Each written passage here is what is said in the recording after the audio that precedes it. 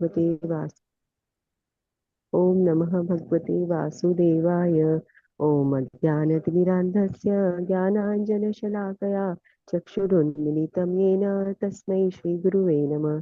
श्रीचैतन्यमनोभीष्टं स्थापितं येन भूतले स्वयं रूपः कदा मह्यं ददाति सुपदान्तिकम्। वन्देऽहं श्रीगुरुः श्रीयुतपदकमलं श्रीगुरुन् वैष्णवांश्च श्रीरूपं साग्रजातं सहगण रघुनाथान्वितं तं सजीवं साद्वैतं सावधूतं परिजनसहितं कृष्णचैतन्यदेवं श्रीराधाकृष्णपादान् सहगण ललिता श्रीविशाखान्वितांश्च। हे कृष्ण करुणा सिन्धो दीनबन्धो जगत्पते गोपेश गोपिकान्त राधाकान्त नमोऽस्तुते। तप्त काञ्चन गौराङ्गी राधे वृन्दावनेश्वरी वृषभानुसुते देवी प्रणमामि हरिप्रिये। वाञ्छाकल्पतरुभ्यश्च कृपासिन्धुभ्यैव च पतितानां पावनेभ्यो विष्णुवेभ्यो नमो नमः। श्री कृष्ण चैतन्य प्रभु नित्यानंद श्री अद्वैत गदाधर श्रीवासादि गौर भक्तवृंद। हरे कृष्ण कृष्ण कृष्ण हरे हरे, हरे राम राम राम हरे हरे। हरे कृष्ण कृष्ण कृष्ण हरे हरे, हरे राम राम राम हरे हरे। हरे कृष्ण कृष्ण कृष्ण हरे हरे, हरे राम राम राम हरे हरे। हरे कृष्णा माता जी, सादर प्रणाम। माफी चाहती हूँ, आपको आवाज नहीं आई और थोड़ा देर भी हो गया था, 2-3 मिनट। हाँ, ठीक है, कोई बात नहीं। क्षमा, माफी हरे चाहती हूँ। Krishna, thank you so Hare much Ranjana सादर माता प्रणाम। जी। भागवतम सादर प्रेयर्स कौन करना चाहते? हरे कृष्णा। हरे Hare कृष्णा Krishna माता जी। Mataji, shall I do? Yes yes, Nita माता जी, Oh, please go ahead. thank you, Mataji. Thank you, Mataji. Hare Krishna. Om Namo Bhagavate Vasudevaya. Om Namo Bhagavate Vasudevaya. Om Namo Bhagavate Vasudevaya. Narayanam Namaskrityam Naram Cheva Narottamam Devim Saraswatim Vyasam Tato Jayam Udirayet Nashtaprayeshu Bhadreshu Nityam Bhagavata Sevayam Bhagavati Uttama Shloke Bhaktir Bhavati Naishtakim Krishnaya Vasudevaya Devaki Nandanaya Cham Nanda Gopa Kumaraya गोविन्दाय नमो नमः।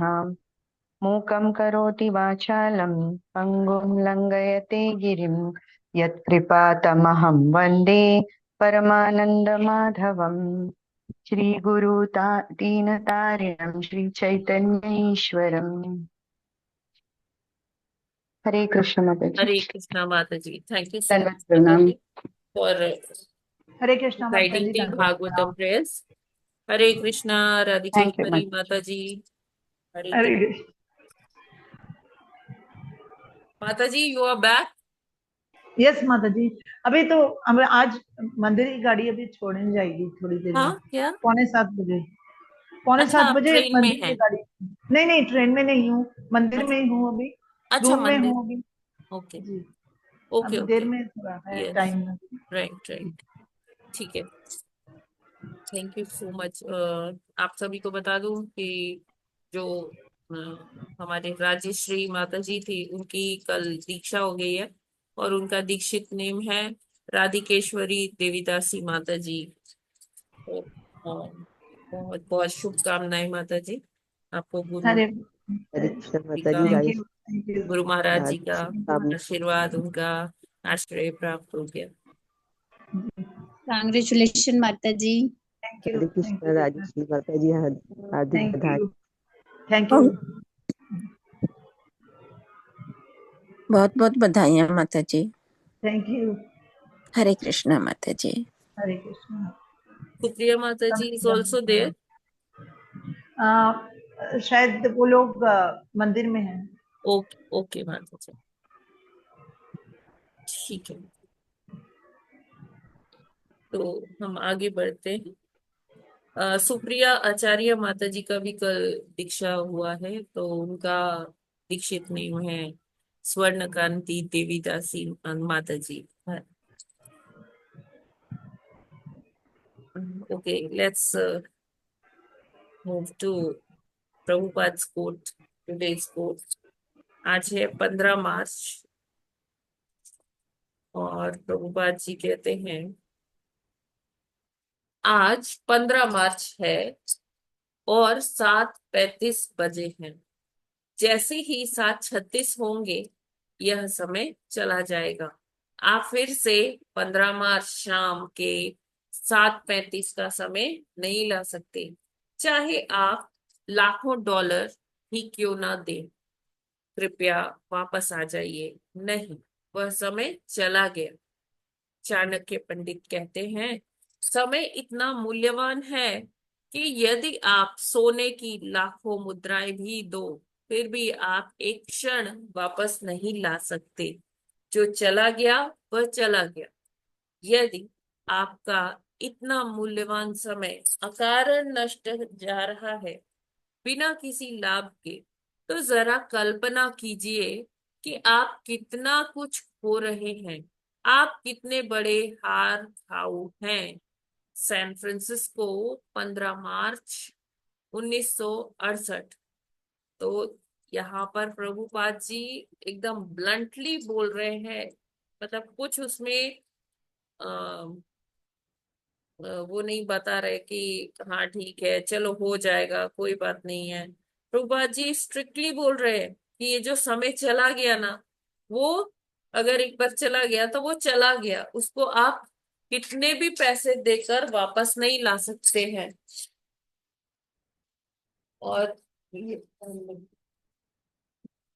जो समय चला गया उसको आप कितने भी डॉलर्स या कितने भी पैसे जो भी है करेंसी, वो आप देकर वापस नहीं ला सकते हो, क्योंकि जो घड़ी बीत गई, जो क्षण चला गया हमारे जीवन से, वो हम वापस उसे किसी भी कोई भी मूल्य देकर वापस नहीं ला सकते हैं। और जब प्रहलाद महाराज जब गुरुकुल, उनके पिताजी ने उनको गुरुकुल भेजा, तो वहां पर जब षंड और अमर उनके गुरु जब चले जाते थे कहीं, तो प्रहलाद महाराज फटाफट से क्या करने लगते थे, हरि नाम लेने लगते थे और अपने मित्रों को भी बोलते थे कि देखो, उनके मित्र उनको बोलते थे कि चलो प्रहलाद, चलो प्रहलाद हम खेलने चलते हैं, अभी समय है हमारे पास। तो प्रहलाद महाराज कहते थे कि हमारे पास नष्ट करने के लिए समय है ही नहीं।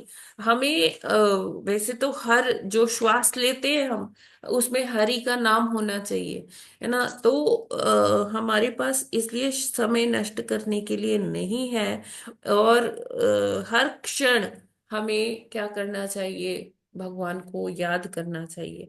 और हम देखिए हम लोग क्या कर रहे हैं, हम लोग भौतिक अपने जीवन में इतने व्यस्त हो जाते हैं, एक दूसरे की निंदा चुगली ये सारा चीज में अपना समय व्यर्थ गवा देते हैं, है ना। कितना समय देखिए हम सोने में बिता देते हैं, फिर उठते हैं तो और सांसारिक कार्य जो होते हैं, जो बेसिक है वो करने ही पड़ते हैं। लेकिन कई बार हम अपना समय नष्ट करते जाते हैं। आजकल जो मोबाइल में रील्स का बहुत ट्रेंड है, तो वो देखते देखते हम सोचते हैं कि हाँ 30 सेकंड का ही तो है, फिर उसको स्क्रॉल करते जाते करते जाते हैं, और क्या होता है कि घंटों हमारे उसी में निकल जाते हैं।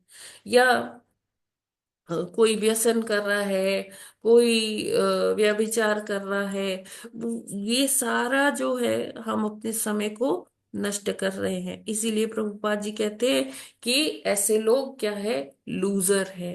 वो क्या है, बहुत बड़े हार खाऊ हैं। मतलब हारते जा रहे और खुद ही अपने कर्म करके अपने को हरा रहे, तो हार खाऊ है, लूजर है।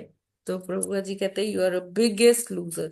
तो जितना हम देखिए, कुछ तो हमें कार्य करने ही होते हैं, है ना। जैसे कुछ अपने शरीर को मेंटेन करने के लिए हमें प्रसाद ग्रहण करना पड़ेगा, उसके लिए हमें कुछ कर्म करना पड़ेगा। ठीक है, वो कर्म करते, हम कोई भी कर्म कर रहे हैं, हम उसको कृष्ण भावना भावित बना सकते हैं। प्रभुपाद जी हमेशा ऑलमोस्ट हर तात्पर्य में हमें सिखाते हैं कि किस तरह से हम कृष्ण भावना भावित होकर अपने हर क्षण को आध्यात्मिक कार्यों में लगा सकते हैं। कोई भी हमें लगता है कि हम सांसारिक कार्य कर रहे हैं, तो लेकिन हम उस सांसारिक कार्य को कैसे आध्यात्मिक बना सकते हैं, प्रभुपाद जी ने हमें सिखाया है ना। हमारा दिनचर्या जो है प्रभुपाद जी ने उसी तरह से सेट किया है। तो जो भी हम करें उसमें भगवान को केंद्र में रखकर कर रहे हैं, तो क्या है कि हम वो डिवोशनल सर्विस ही कर रहे हैं, भक्तिमय सेवा ही कर रहे हैं। और जैसे ही हमें थोड़ा समय मिले तो हमें हरि नाम कीर्तन संकीर्तन ये करना चाहिए। बिल्कुल भी समय नष्ट गंवाना नहीं चाहिए। चाहे चाणक्य पंडित के उदाहरण से हम ले, चाहे प्रहलाद महाराज के उदाहरण से ले, तो हमें ये समझ में आता है कि बिल्कुल भी हमारे पास टाइम है नहीं, है ना। हम सोचते हैं अच्छा अभी तो खेलने खाने के दिन है, अभी आराम से भक्ति करेंगे, जब बूढ़े हो जाएंगे तब और कुछ तो करने को रहेगा नहीं, तब भक्ति कर लेंगे। लेकिन हमने अगर सारा जीवन ऐसे ही सांसारिक कार्यों में बिता दिया, तो फिर हम अंत समय में हरि कीर्तन नहीं कर पाएंगे, क्योंकि हमारी जिह्वा को वो आदत तो पड़ी ही नहीं है। और अंत समय में हमें वही याद आता है जो हमने जीवन भर किया है। और जो जीवन भर किया, अगर हमने भौतिक कार्यों में ही अपने मन को रमाया रहा, तो अंत समय में भी हमें वही ध्यान में आएगा और हम उसी तरह से मरेंगे। और जिस चेतना में मरते हैं अगला शरीर हमारा वैसा मिलता है। तो अच्छा है कि हम अपना हर क्षण जो है भगवान में ही मन को स्थापित करें, भगवान के शरण में रहे, भगवान का चिंतन करते रहे, उनका मतलब हरि नाम करते रहे। तो लास्ट में वो चेतना हमें भगवत चेतना में हम रहेंगे और उसी में प्राण निकलेंगे। जब अगर भगवत चेतना में रहते हुए प्राण गए, तो भगवत धाम जाना निश्चित है। भगवान भी कहते हैं कि अगर अंत समय में अगर आपको कोई शारीरिक कष्ट की वजह से मेरा स्मरण नहीं भी हो पा रहा और आपने जीवन भर मेरा स्मरण किया है, तो अंत काल में मैं आपके पास आऊंगा, स्वयं आऊंगा और आपको वो चेतना, अपनी चेतना दिलवाऊंगा। तो भगवान ने इस तरह का गारंटी दिया हुआ है भगवत गीता में, है ना। तो हमें अपना हर क्षण जो है, जब हम इस काबिल है कि भगवान ने हमें इंद्रिय दी है, बोल सकते हैं, सोच सकते हैं, चिंतन कर सकते हैं, तो हमें हरि के स्मरण करना चाहिए, हरि नाम करना चाहिए और अपनी हर इंद्री से भगवान की सेवा करनी चाहिए। जो भी कार्य कर रहे हैं उसको कृष्ण भावना भावित कार्य बनाकर करेंगे तो हमारे लिए अच्छा रहेगा। प्रभुपाद जी इसीलिए यहाँ पर बहुत स्ट्रिक्ट होकर कह रहे हैं कि यदि आपका इतना मूल्यवान समय अकारण नष्ट जा रहा है बिना किसी लाभ के, तो जरा कल्पना कीजिए कि आप कितना कुछ खो रहे हैं, आप कितने बड़े हार खाओ हैं। तो हमें प्रभुपाद जी के इस कथन से जरूर वो प्रेरणा लेना चाहिए कि प्रभुपाद जी जब इस तरह से कह रहे हैं तो जरूर ये बहुत बहुत इम्पोर्टेंट है। हरे कृष्णा। जगत गुरु श्रील प्रभुपाद की जय।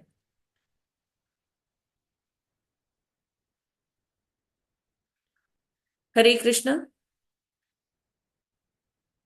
हरे कृष्णा माता जी, दंडवत हरे प्रणाम। कृष्णा। मेरी आवाज आ रही है ना? जी आ माता रही जी, अच्छे से ओके समझ Hare Krishna Krishna. Okay, now let's move forward to Bhagavatam. तो कल हमने परसों 41 श्लोका तक किया था, आज हमें 42 से आगे करना है। इस माता जी, प्रभु जी जी जी माता जी पढ़ेंगे। पढ़िए। 42वां श्लोक। किम दुरापादनम तेषां पुंसामुद्दाम चेतसाम यैराश्रिततीर्थपदश्चरणो व्यसनायत्ययः। हरे कृष्णा। हरे कृष्णा। किं दुरापादनं तेषां पुंसामुदाम चेतसाम् ऐराश्रिततीर्थपदचरणं व्यवसानात्य। हरे कृष्ण।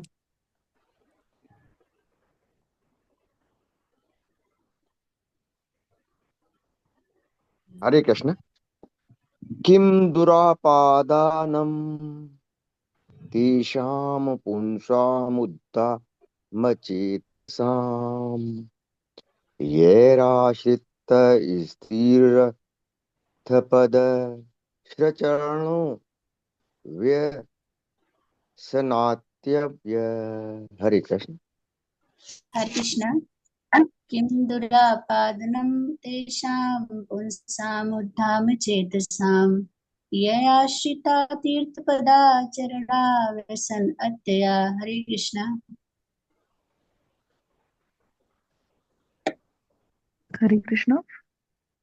किं दुरापादनं तेषां पुंसामुद्दामचेतसां येनाश्रितस्तीर्थपदशरणो व्यसनात्।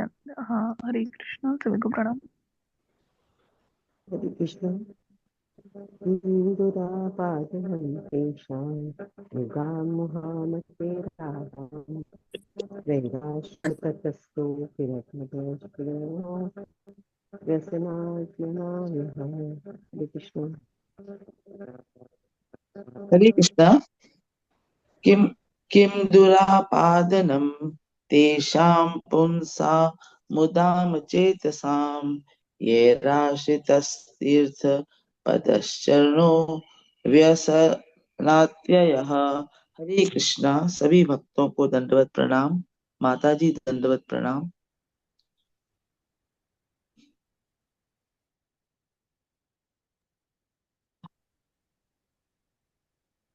हरे कृष्णा।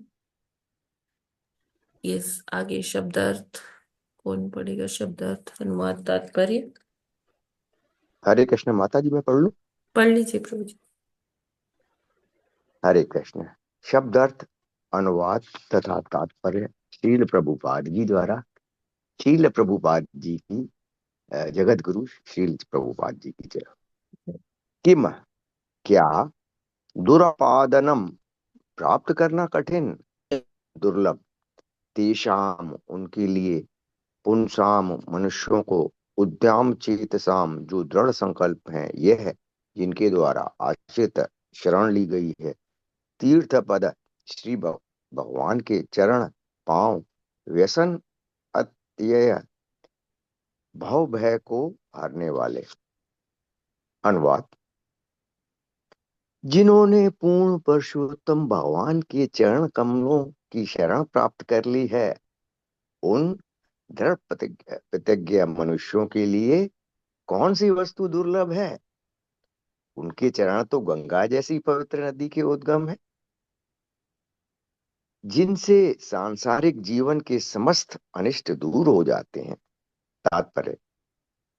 यहाँ येराश्रित स्तीर्थ पद चरणों शब्द समूह अत्यंत महत्वपूर्ण है। पूर्ण पुरुषोत्तम भगवान तीर्थपाद कहलाते हैं, गंगा पवित्र नदी कहलाती है, क्योंकि यह भगवान श्री विष्णु के पांव की अंगूठे से निकली है। गंगा बद्ध जीवों के समस्त भौतिक संतापों का निवारण करने के निमित्त है। अतः जिस जीवात्मा ने श्री भगवान के पवित्र चरण कमलों की शरण ग्रहण कर ली है, उसके लिए कुछ भी असंभव नहीं है। श्री कदम मुनि इसलिए विशिष्ट नहीं है क्योंकि वे महान योगी थे, वरन इसलिए कि वे महान भक्त थे। इसलिए यहाँ पर यह कहा गया है कि श्री कर्दम मुनि जैसे महामुनि के लिए कुछ भी असंभव नहीं था। यद्यपि योगी जन आश्चर्यजनक कलाएं दिखा सकते हैं, जैसा कि श्री कर्दम मुनि ने पहले ही कर दिखाया था किंतु वे किसी सामान्य योगी से बढ़कर थे, क्योंकि वे श्री भगवान के महान भक्त थे। इसलिए वे सामान्य योगी की अपेक्षा अधिक महिमा मंडित थे, जैसा कि श्रीमद् भगवत गीता में पुष्टि हुई है। अनेक योगियों में वही सर्वश्रेष्ठ है जो श्री भगवान का भक्त है।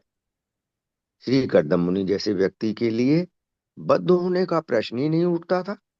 वे पहले से ही मुक्तात्मा थे और देवताओं से भी श्रेष्ठ थे, क्योंकि देवता भी बद्ध होते हैं।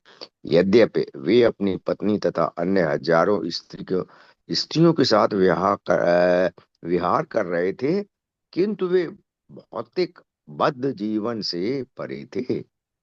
इसलिए व्यसनात्य यह शब्द प्रयुक्त हुआ है, जो यह सूचित करता है कि वे बद्ध जीव की स्थिति से परे थे। वे समस्त भौतिक सीमाओं से परे थे। हरे कृष्ण। हरे कृष्ण प्रभु जी, थैंक यू सो मच प्रभु जी। तो यहाँ पर बता रहे हैं मैत्री मुनि कि जिसने भगवान के चरण कमलों की शरण ले ली है, तो उसके लिए कुछ भी प्राप्त कर पाना, कुछ भी कर दिखाना, चमत्कार कर दिखाना कोई बड़ी बात नहीं है। It's not a big deal, है ना। वो उसके लिए कोई भी वस्तु दुर्लभ नहीं है। और बताते हैं कि जैसे गंगा मैया भगवान के चरणों में से आती है और संसार को पवित्र करती है, संसार को पाप मुक्त करती है। तो वो कहाँ से आई है? वो गंगा मैया भगवान के चरण कमलों से ही, भगवान के अंगूठे से आती है ना। तो यहाँ पर मेनली इस बात को स्पष्ट करना चाहते हैं प्रभुपाद जी अपने तात्पर्य में कि सिद्धियां तो कोई भी दिखा देगा, चमत्कार कोई भी कर लेगा, है ना। अभी कुंभ बीता है, कुंभ में हमने अनेकों अनेक योगी देखे। कोई कैसे चल रहा है, कोई एक टांग पर खड़ा है, कोई एक हाथ ऊपर करके सालों से खड़ा हुआ है। तो इस तरह के ये जो सिद्धियां हैं, इससे कोई महान नहीं बनता है। महान कैसे बनता है? महान कौन होता है? जो भगवान का भक्त होता है, वो महान होता है। यहाँ हालांकि कर्दम मुनि बहुत बड़े योगी भी थे, लेकिन वो इसलिए उनकी महानता इसलिए नहीं है कि वो योगी थे। योगी तो बहुत सारे होते हैं, लेकिन उनकी महानता इसमें थी कि वो भगवान के भक्त थे। और अपने तपोबल से, अपनी भक्ति से उन्होंने क्या किया?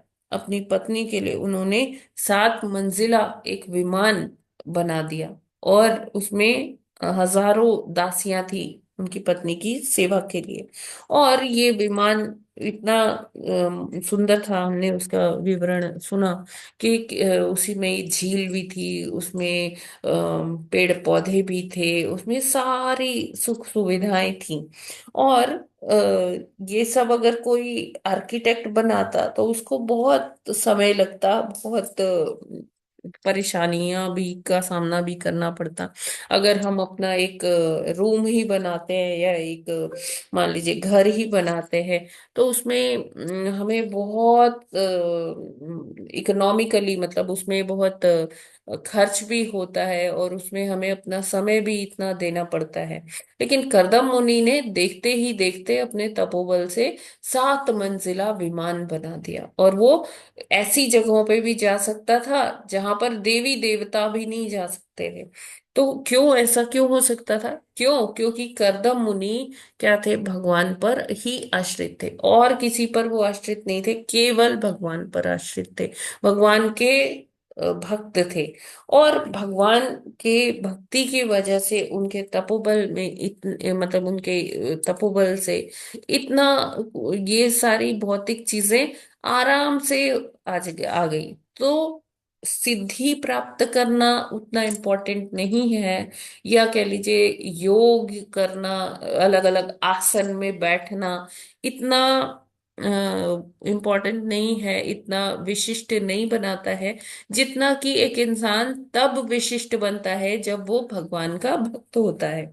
तो जैसे हमने पहले भी कई बार डिस्कस किया कि मान लीजिए एक राजा है, तो राजा के यहाँ जितने भी उनके दास है, नौकर है, वो सब वो ही सुख सुविधाओं का भोग करते हैं जो राजा करते हैं। जैसे राजा के यहाँ जो भी प्रसादम बनता है, भोग बनता है, तो राजा और उसका परिवार तो वो भोग करते ही है, साथ में जो वहां रहने वाले नौकर है, जो दास है, वो भी वो ही पाते हैं, है ना। जो मान लीजिए कोई उच्च अधिकारी है, या कोई प्रधानमंत्री है, या कोई बड़ी पद पे जो भी आसीन है, तो उसके घर में सेंट्रलाइज्ड एसी लगा हुआ है, तो उस एसी का भोग जैसे वो अधिकारी कर रहे, या कोई बड़े पद पे जो है वो कर रहे, तो वैसे ही भोग कौन कर रहे हैं, जो वहां पर नौकर चाकर रहे हैं, वो भी तो वही भोग कर रहे हैं।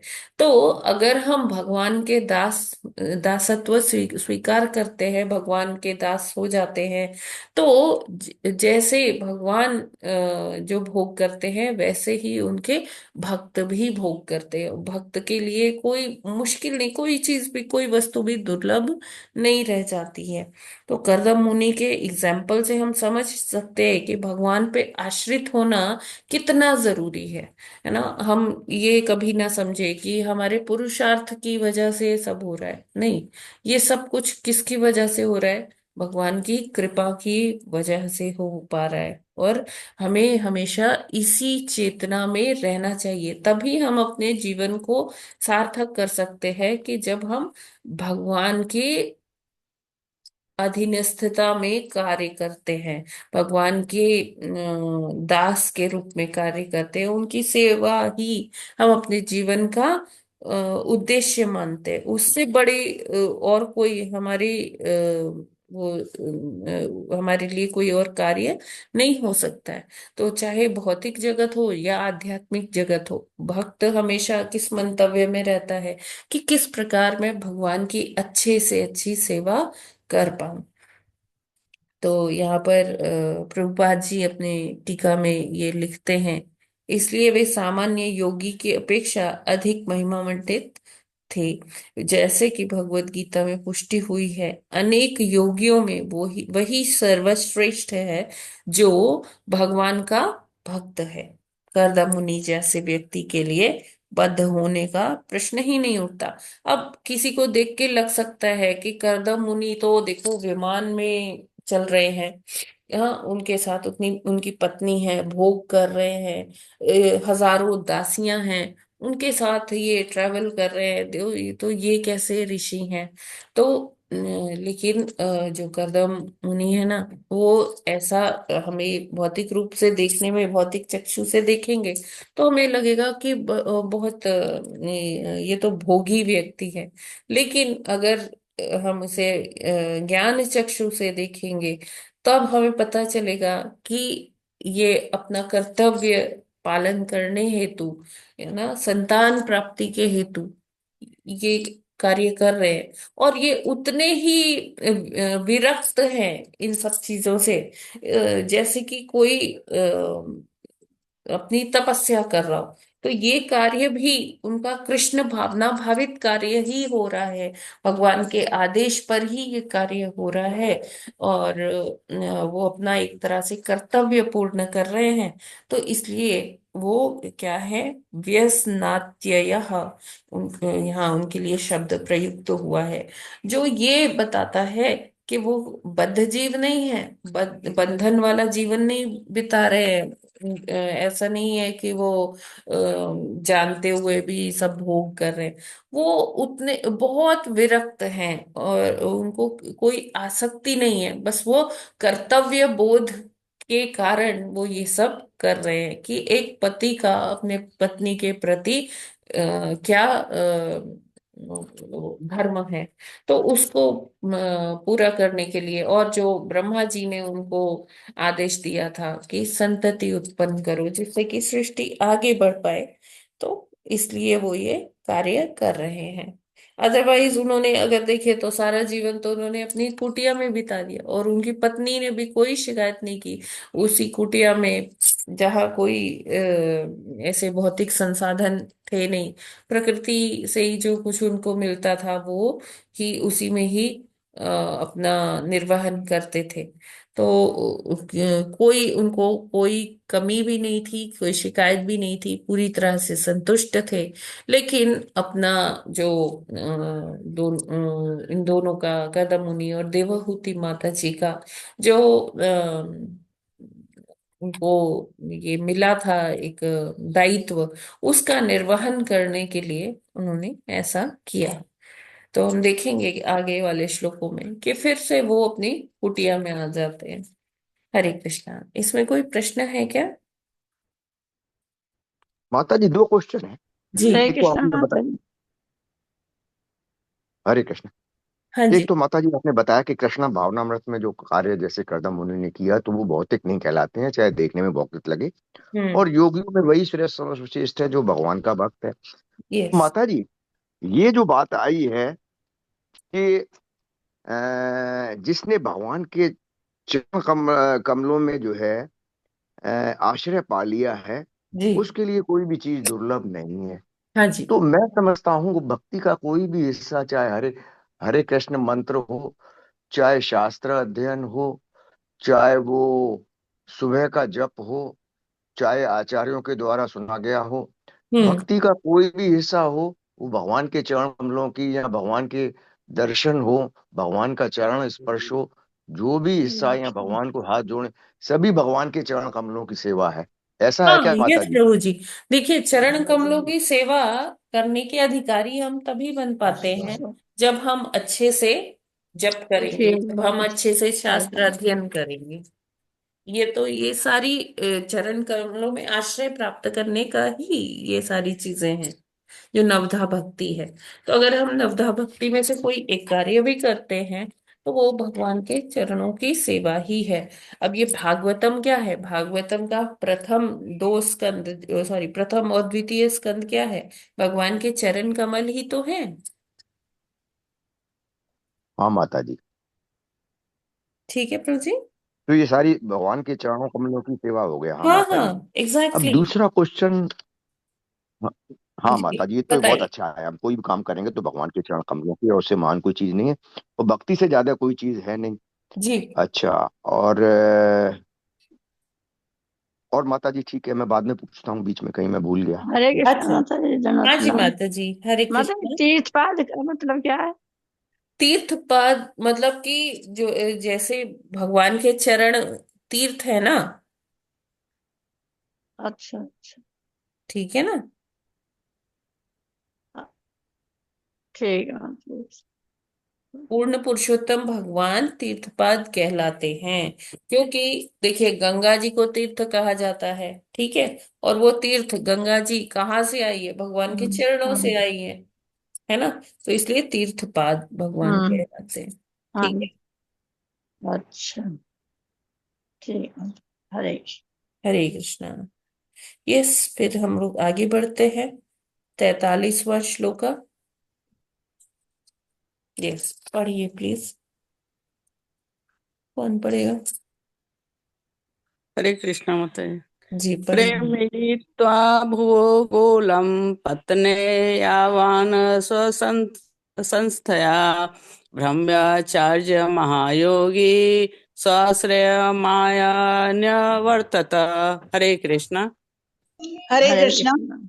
प्रेक्षयित्वा भुवो गोलं पत्न्यै यावान् स्वसंस्थया ब्रह्मचर्यं महायोगी स्वाश्रमाय न्यवर्तत। हरे कृष्णा। हरे हरे कृष्णा। कृष्ण माता जी। हरे प्रेक्षयित्वा भूर्गोर्गोलं तन्नैयावान् संस्थया ब्रह्मचर्यं महायोगी स्वाश्रमाय नैव ततः। हरे कृष्ण माता जी, धन्यवाद प्रणाम। हरे कृष्णा। प्रेक्षयित्वा भुवो गोलं पत्न्यैः यवान् स्वसंस्थया ब्रह्माश्चर्यं महायोगी स्वाश्रमाय न्यवर्तत। हरे कृष्णा। हरे कृष्णा। प्रेक्षयित्वा भुवो गोलं पत्न्या यावान् स्वसंस्थया ब्रह्मचर्यं महायोगी स्वाश्रमाय निवर्तत। हरे कृष्णा। सभी को दंडवत प्रणाम।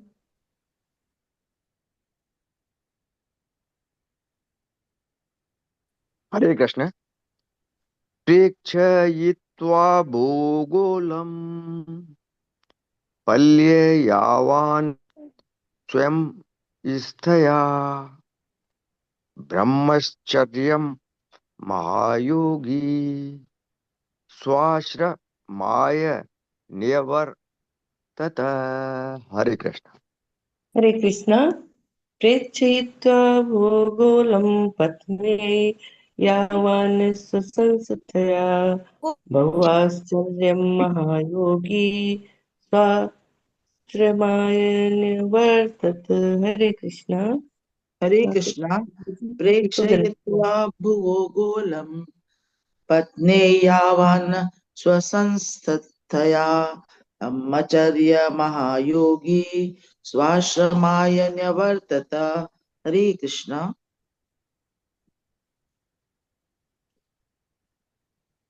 यस, कौन पढ़ेंगे माता जी? मैं पढ़ूँ माता जी? पढ़ेगा। हरे कृष्ण माता जी, मैं पढ़ूँ? पढ़िए माता जी। प्रेक्षयित्वा दिखलाकर, भुवे शब्दार्थ, ब्रह्मांड अनुवाद और तात्पर्य श्रील प्रभुपाद जी के द्वारा। श्रील प्रभुपाद जी की जय। की जय। प्रेक्षयित्वा दिखलाकर, भुवे ब्रह्मांड का गोलम गोलक अतन नए अपनी पत्नी को यावान जितना भी स्व संस्थया अपनी रचना सहित बहु आश्चर्य अनेक आश्चर्यों से पूर्ण महायोगी परम योगी हरदम स्व आश्रय आश्रमाय अपने आश्रम को निवर्तत लौट आया। अपनी पत्नी प्रभुपाद जी द्वारा अनुवाद। अपनी पत्नी को अनेक आश्रयों से पूर्ण ब्रह्मांड गोलक तथा इनकी इसकी रचना आगे करना माता जी ऊपर पढ़ी तो है माता जी, पढ़िए। बस आगे कोई लाइन ही नहीं दिखाई दे रही माता जी। हाँ अब आइए। दिखलाकर परम योगी करदम मुनि अपने आश्रम को लौट आए। प्रपाद द्वारा तात्पर्य प्रपाद जी की जय। यहाँ पर सभी लोगों को गोल अर्थात गोला कहकर वर्णन किया गया है।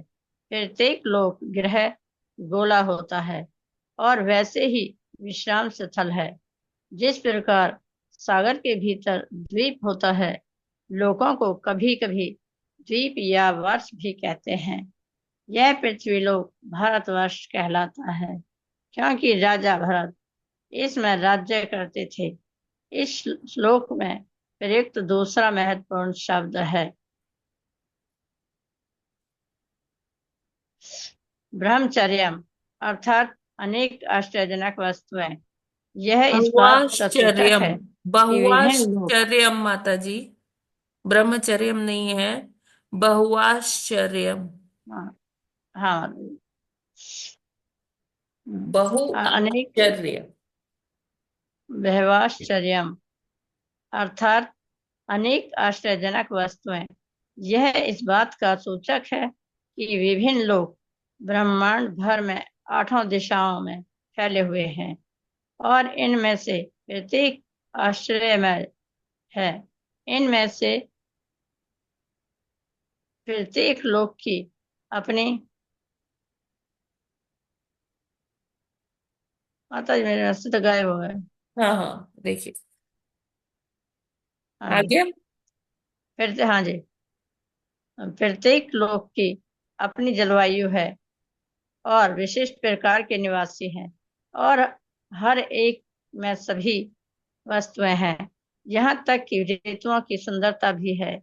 इसी प्रकार ब्रह्म संहिता 5.40 में कहा गया है विभूति भिन्नम। प्रत्येक लोक में भिन्न भिन्न प्रकार का ऐश्वर्य है। ऐसा नहीं है कि एक एक लोक दूसरे के जैसा ही हो। भगवान की कृपा से प्रकृति के नियमानुसार प्रत्येक लोक की ऊपर करना होता है। 1 मिनट।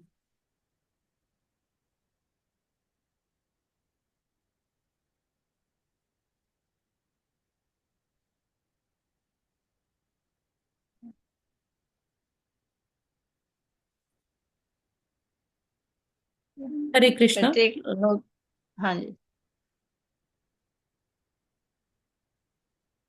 पढ़िए माता जी। प्रत्येक लोक, हाँ जी हाँ जी, देख रही थी मैं कहाँ गया।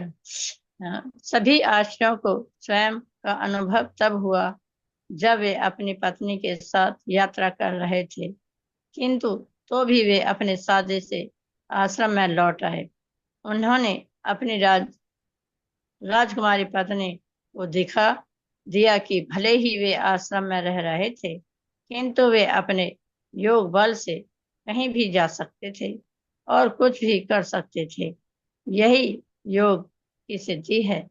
मात्र कतिपय आसनों का प्रदर्शन करके कोई पूर्ण योगी नहीं बन सकता, और न ही ऐसे आसनों के प्रदर्शन एवं तथाकथित ध्यान से कोई ईश्वर बन सकता है, जैसा कि आजकल विज्ञापित किया जा रहा है।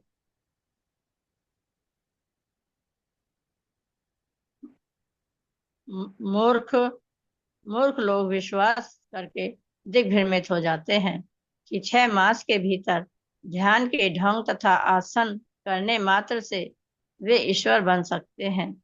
यहाँ पर ऐसे पूर्ण योगी का उदाहरण प्रस्तुत है जो संपूर्ण ब्रह्मांड की यात्रा कर सकता था। इसी प्रकार दुर्वासा मुनि का वर्णन है जिन्होंने अंतरिक्ष की यात्रा की थी। वस्तुतः पूर्ण योगी ही ऐसा कर सकता है, किंतु यदि कोई ब्रह्मांड भर की यात्रा कर ले और कर्दम मुनि जैसी आश्चर्यजनक करामातें दिखावे, तो भी उसकी तुलना पूर्ण पुरुषोत्तम भगवान से नहीं की जा सकती, क्योंकि उनकी अकल्पनीय शक्ति को कोई भी बद्ध जीव या मुक्त जीव प्राप्त नहीं कर सकता। कर्दम मुनि के कार्यों से हम समझ सकते हैं कि महान योग शक्ति के होने पर भी वे भगवान भगवान के के भक्त भक्त बने बने रहे। रहे। प्रत्येक जीवात्मा की असली स्थिति यही है। यस, थैंक यू माता हरे जी। हरे कृष्णा जी।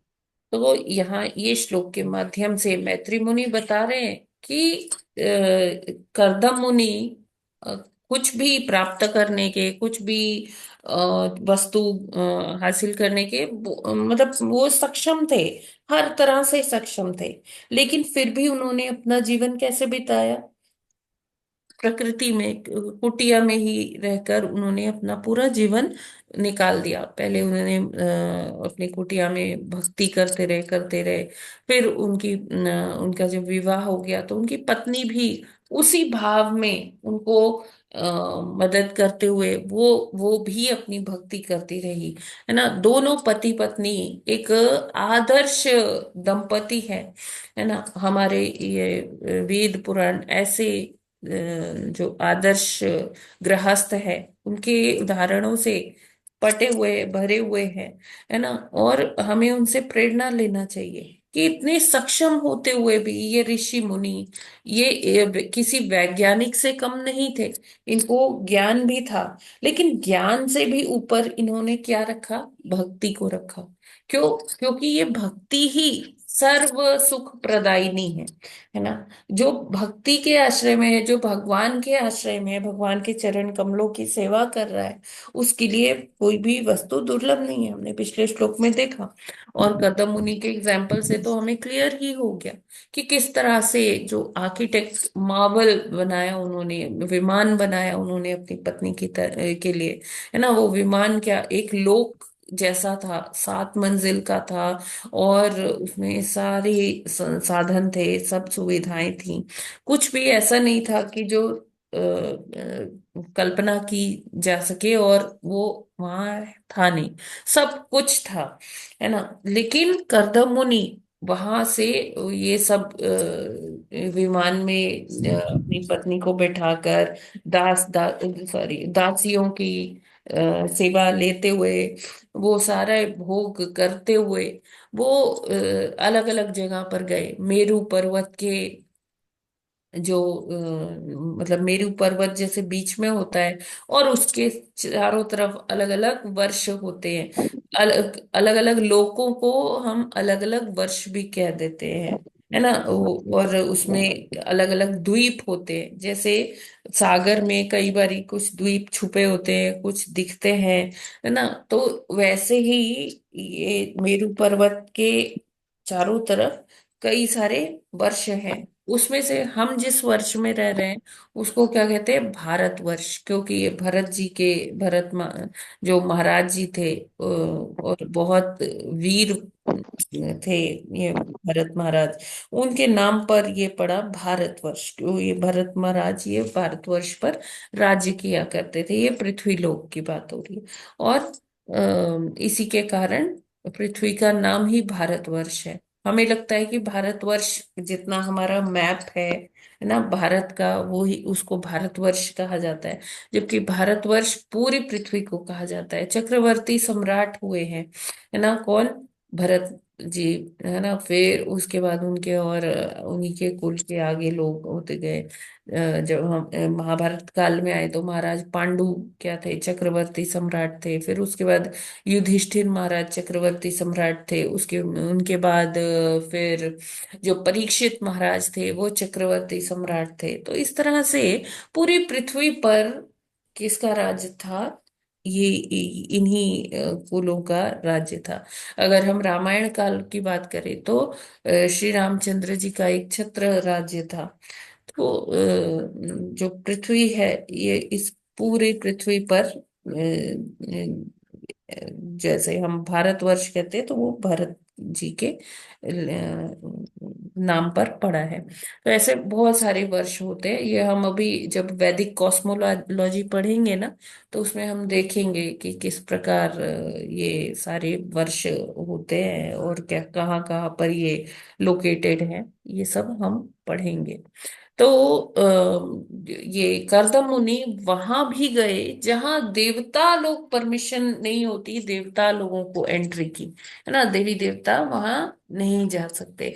तो कर्दम मुनि वहां से भी यात्रा करके अपनी पत्नी को उन्होंने सब दिखाया कि देखो ये मेरू पर्वत है, मेरू पर्वत की सुंदर घाटियों में वो विचरण किए, और उसके बाद अलग अलग वर्षों को देखते हुए फिर वो वापस आ गए।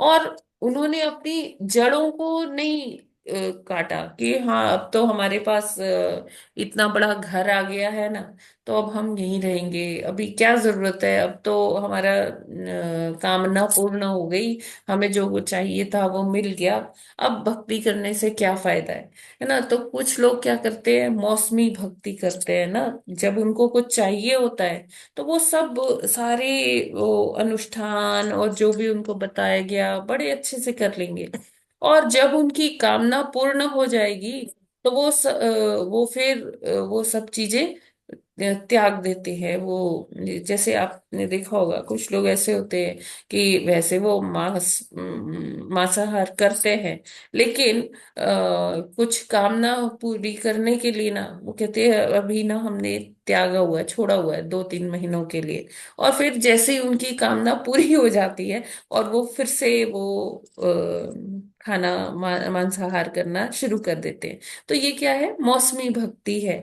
तो ऐसे आडंबर भगवान भी स्वीकार करते नहीं है, है ना। तो इस तरह के जो आचरण है वो क्या है कि व्यक्ति सोचता है कि वो ही बहुत समझदार है और उसमें ही सारी बुद्धि है, सारा विवेक है।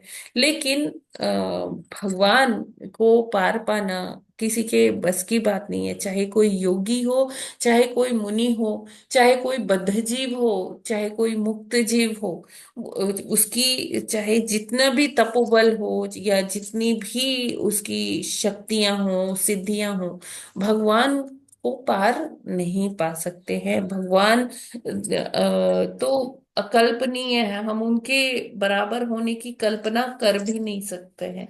तो कोई भी उनके समतुल्य आ नहीं सकता, सेम पटल पर उसी नहीं हो सकता कि हाँ वो कुछ सिद्धियां प्राप्त कर ले, कुछ ऐसा कर ले और वो भगवान बन जाएगा।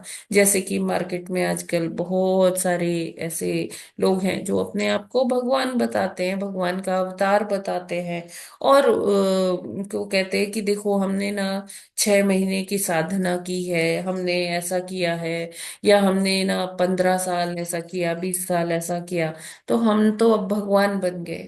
तो भगवान कोई बन नहीं सकता है।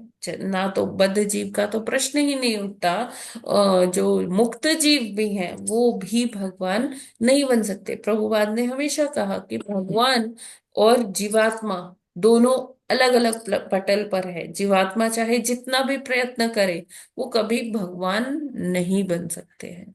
हरे कृष्णा। जगत गुरु श्रील प्रभुपाद की जय। Yes, any questions? माता जी, ये जो पूरी पृथ्वी को भारत वर्ष कहते हैं, तो द्वीप शब्द तो ठीक है, समझ में आया कि सारे ब्रह्मांडों के में एक ब्रह्मांड है तो द्वीप कहलाया, जैसे समुद्र के बीच में कोई। तो अब भारत तो समस्त पृथ्वी है, फिर वर्ष शब्द क्यों यूज हुआ है इनमें? सारे ही ब्रह्मांडों के उनको वर्ष नाम से भी सूचित हाँ करते हैं। प्रभु जी, जैसे हम कहते हैं ना ब्रह्मांड एक गोलक है, गोला है, उसी तरह से ये जो ये वर्ष है ना, ये भी गोले ही हैं। इसको हम जब प्लेन में देखते हैं तो वो चपटे दिखाई देते हैं। रुकिए मैं आपको ना एक दिखाती हूँ डायग्राम, तो उससे काफी क्लियर होगा। Just a minute.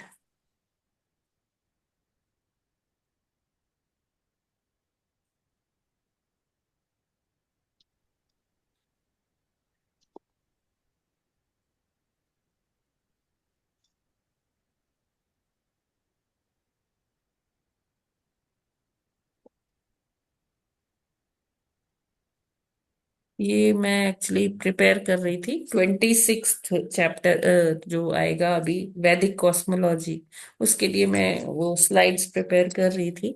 तो यही ये देखिए अलग अलग यहाँ पर वर्ष हैं।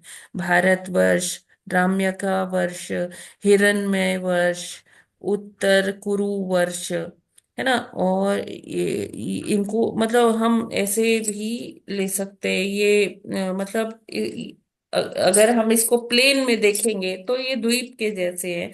अगर हम इसे लोकों की दृष्टि से देखेंगे तो ये अलग अलग क्या है, लोक है, गोलाकार में है। और ये किसके अंदर है? एक बड़े गोले के अंदर है जो ब्रह्मांड है, जो उसको एनवेलप कर रहा है। ठीक है प्रभु जी? हाँ माता जी, वैसे ब्रह्मांड सबको एनवलप करता है, जी लेकिन शायद पूर्व में ऐसा सुना था कि हर ब्रह्मांड भी 8 लेयर से ढका हाँ, हुआ है, जो वो कि सभी बाहर हैं। है, वो बाहर की ओर है। हाँ, उनके बाहर की ओर। हाँ और जी। जैसे सारे ब्रह्मांड अलग अलग 8 सजीव लेयर से, पृथ्वी जल वगैरह से घिरे हैं, हाँ देखिए, पंच वैसे महाभूत शायद होते मुझे हैं, याद है मन कि बुद्धि अहंकार होता है। पूरा जो ब्रह्मांड है वो भी फिर अपने आप में अलग शायद 8 सजीव लेयर से, पृथ्वी जल वायु आकाश जी से जी घिरा है। जी। ऐसा है माता जी क्या? यस प्रभु जी। पूरा ब्रह्मांड भी घिरा हुआ हाँ है हाँ शायद। जी। हरे कृष्ण माता जी। तो ठीक है, तो ये क्लियर हम हो गया कि और क्यों वर्ष है। डिटेल में करेंगे प्रभु जी 26th चैप्टर में। हाँ माता जी, लेकिन ये जो जितने भी आप ये देती है ना, तो इनके एनलार्ज में नाम सब दिखाई नहीं देते हैं, जितने बार भी दिए हैं ना। देखिए बहुत छोटे मेरे ख्याल छोटे से इनके अंदर क्लियर लिखे तो है हुए हैं जो मुझे। भी है, तो वो पूरे ये क्लियर तो दिख रहा है ना प्रभु जी? जैसे सुमेरु सुमेरु पर्वत वाला भी 2-3 बार दिया है, तो उसमें जो कुछ लिखा है सब कुछ पढ़ाई में नहीं आता है वो, तो पूरा वो नहीं समझ नहीं, में कभी देखिए नहीं आता इसमें है। बताइए, ये तो क्लियर दिख रहा है ना, अब ये माता जी वाला? आप डालेंगे तो प्रिंट लेके देखेंगे या एनलार्ज? हाँ, अब दिख रहा है, इसमें तो दिख रहा है माता हाँ जी। हाँ हाँ। इतना ही नहीं, क्लियर मैं होगा ट्राई या कर एनलार्ज रही में हूँ कि आएगा तो सही। वैसा ही पिक्चर्स डालूं जो क्लैरिटी हो जिसमें। हाँ माता जी, जैसे सुमेरु इसमें इतना जी क्लियर आया है, दूसरों जी में जी थोड़ा डिफरेंट आया है आज तक जो जी भेजे जी हैं। हरे कृष्ण माता जी, क्लियर जी। है सब। हरे कृष्णा। ये पढ़ लेंगे इसको। Yes, any other question? कोई किसी का प्रश्न है, कोई टिप्पणी? हरि बोल। ओके फाइन, ठीक है। तो हम लोग आज यहीं पर विराम करते हैं। ग्रंथराज श्रीमद् भागवतम की जय। जगत गुरु श्रील प्रभुपाद की जय। नामाचार्य हरिदास ठाकुर की जय।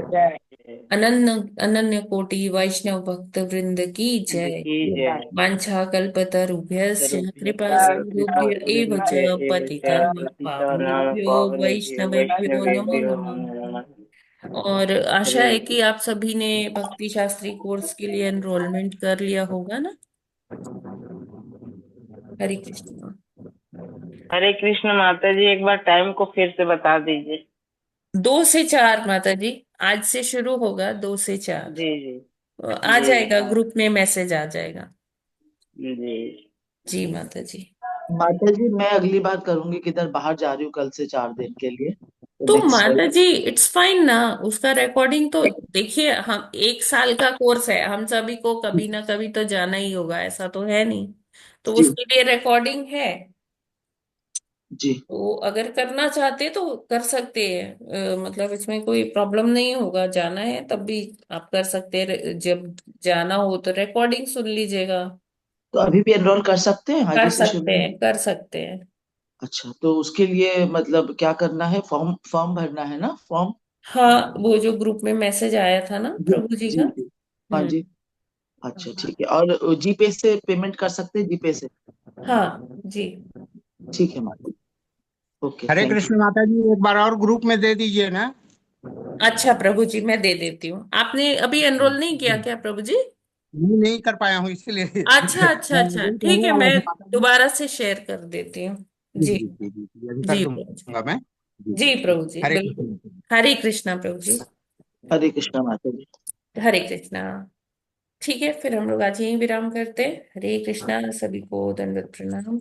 और जो भी कुछ मुझसे त्रुटि हो गई हो बोलने में, उसके लिए क्षमा प्रार्थी हूँ। हरे कृष्ण। हरे कृष्णा। हरे हरे कृष्ण कृष्णा माता माता जी जी, की दंडवत जय। प्रणाम। हरे कृष्णा माता सब जी। देवों को दंडवत प्रणाम। हरे कृष्णा माता जी, दंडवत प्रणाम। हरे कृष्णा। हरे कृष्णा माता जी, सभी को दंडवत हरे प्रणाम। कृष्ण हरे माता जी, कृष्णा दंडवत माता जी। प्रणाम। सभी को दंडवत हरे हरे प्रणाम कृष्णा, कृष्णा माता जी। दंडवत माता जी, प्रणाम। दंडवत प्रणाम। दीक्षा हरे की कृष्ण